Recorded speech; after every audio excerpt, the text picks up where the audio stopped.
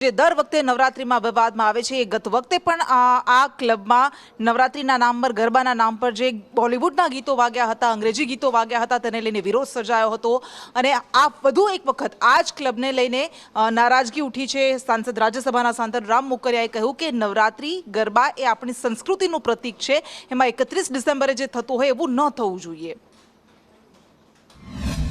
તો આપણે સનાતનમાં માનવાવાળા છીએ એટલે પ્રાચીન ગરબી જે છે અને આપણી જે રૂઢિ ને પરંપરા જે છે એને જાળવવી જોઈએ અને આપણે એ માનવાવાળા છીએ કે આપણે એમાં જ જવું જોઈએ।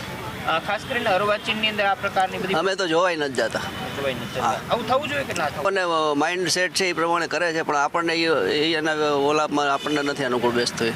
ધમાલય ન થવું જોઈએ ને એ ફિલ્મી ગીતો ન વાગવા જોઈએ।